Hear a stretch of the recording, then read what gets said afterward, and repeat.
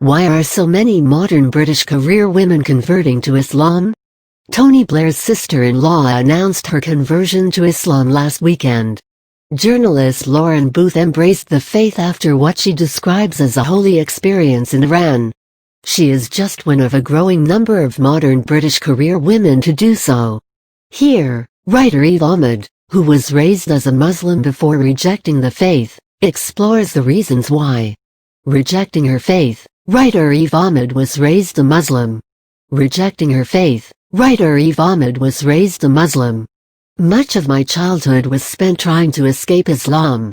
Born in London to an English mother and a Pakistani Muslim father, I was brought up to follow my father's faith without question. But, privately, I hated it. The minute I left home for university at the age of 18, I abandoned it altogether. As far as I was concerned, being a Muslim meant hearing the word "no" over and over again. Girls from my background were barred from so many of the things my English friends took for granted. Indeed, it seemed to me that almost anything fun was haram, or forbidden, to girls like me. There were so many random, petty rules. No whistling. No chewing of gum.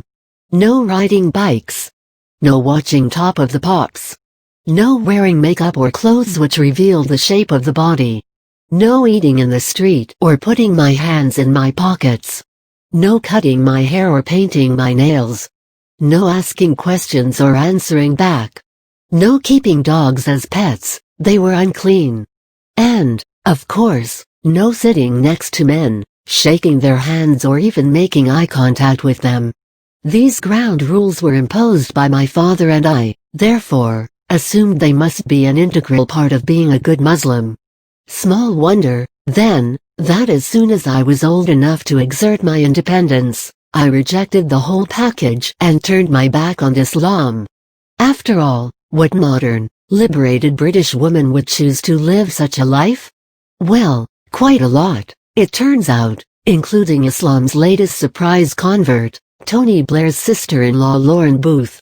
And after my own break with my past, I've followed with fascination the growing trend of Western women choosing to convert to Islam.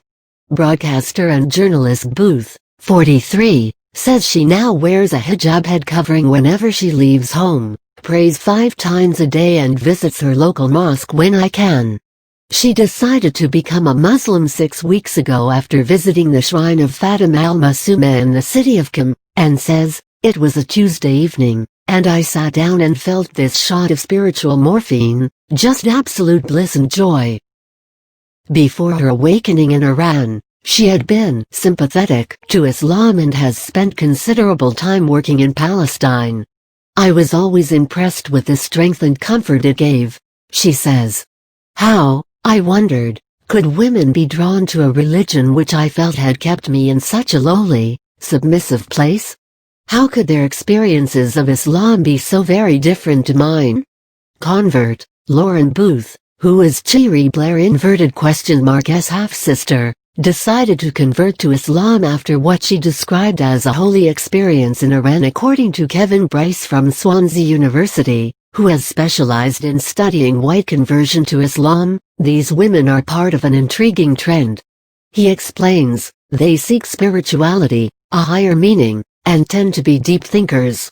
The other type of women who turn to Islam are what I call converts of convenience. They'll assume the trappings of the religion to please their Muslim husband and his family, but won't necessarily attend mosque, pray or fast. I spoke to a diverse selection of white Western converts in a bid to re-examine the faith I had rejected. Women like Christiane Baker, 43, a London-based former MTV presenter who had led the kind of liberal Western-style life that I yearned for as a teenager, yet who turned her back on it and embraced Islam instead. Her reason? The anything-goes permissive society that I coveted had proved to be a superficial void.